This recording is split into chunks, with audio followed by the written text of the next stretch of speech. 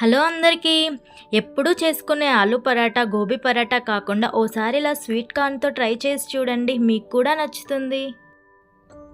దీనికోసం ఒక స్వీట్ కార్న్ని తీసుకొని ఒలుచుకోవాలి. ఇప్పుడు మిక్సీ జార్లో ఒలుచుకున్న స్వీట్ కార్న్ మరియు 3 పచ్చిమిరపకాయలు అండ్ గుప్పెడు కొత్తిమీర, రుచికి తగినంత సాల్ట్ యాడ్ చేసుకొని మెత్తగా గ్రైండ్ చేసుకోవాలి. ఇప్పుడు కడాయిలో 1 టేబుల్ స్పూన్ ఆయిల్ యాడ్ చేసి అది వేడెక్కిన తర్వాత ముందుగా రుబ్బుకున్న పేస్ట్ని ఇందులో యాడ్ చేసుకొని దగ్గరికి వచ్చేంత వరకు కలుపుకోవాలి. మంటని చిన్నగా చేసుకొని ఒక 10 నిమిషాల వరకు కలుపుకుంటూ ఉండాలి. ఆ తర్వాత కన్సిస్టెన్సీ ఈ విధంగా వచ్చిన తర్వాత స్టవ్ ఆఫ్ చేసుకొని పక్కన పెట్టుకోవాలి. ఇప్పుడు ఒక బౌల్లో గోధుమ పిండిని తీసుకొని కొద్దిగా వాటర్ యాడ్ చేసుకుంటూ సాఫ్ట్గా కలుపుకోవాలి. పిండిని ఒక 5 నిమిషాల వరకు మంచిగా నీడ్ చేయాలి, అప్పుడే పరాటాలు సాఫ్ట్గా ఉంటాయి. ఇప్పుడు ఆయిల్ని యాడ్ చేసుకొని ఒక 15 నిమిషాల వరకు పక్కన పెట్టుకోవాలి. ఇప్పుడు స్వీట్ కార్న్ మిశ్రమం పూర్తిగా చల్లారిపోయిన తర్వాత దీన్నంతటిని దగ్గరికి చేసుకొని ఒక పెద్ద సైజు నిమ్మకాయ ముద్దలుగా చేసి పక్కన పెట్టుకోవాలి. ఒక స్వీట్ కార్న్తో మీడియం సైజ్ 8 పరాటాలు అయితే చేసుకోవచ్చు.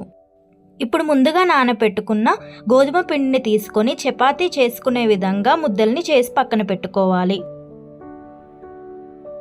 ఇప్పుడు వీడియోలో చూపిస్తున్న విధంగా చపాతీని ఈ సైజ్ లాటించుకున్న తరువాత ఇప్పుడు ఇందులో పరాటా స్టఫ్ని యాడ్ చేసుకొని వీడియోలో చూపిస్తున్న విధంగా చపాతీని ఇలా ముడుచుకోవాలి. ఇప్పుడు ఇలా అంతా దగ్గరికి అనుకున్న తర్వాత పొడిపిండిని వేసుకొని లాటించుకోవాలి. ఈ పరాటాను కొంచెం నెమ్మదిగానే లాటించుకోవాలి, లేకపోతే స్టఫ్ అంతా కొంచెం బయటికి వచ్చేస్తుంది. వీడియోలో చూపిస్తున్న విధంగా మరీ మందంగా కాకుండా మరీ పల్చగా కాకుండా ఈ విధంగా లాటించుకోవాలి.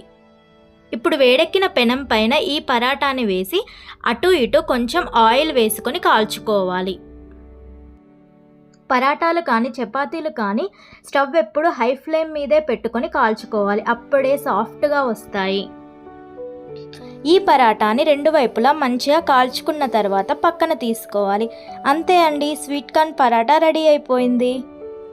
ఈ పరాటాని పెరుగు కాంబినేషన్లో తినొచ్చు. నచ్చితే ఛానల్ని సబ్స్క్రైబ్ చేసుకోండి.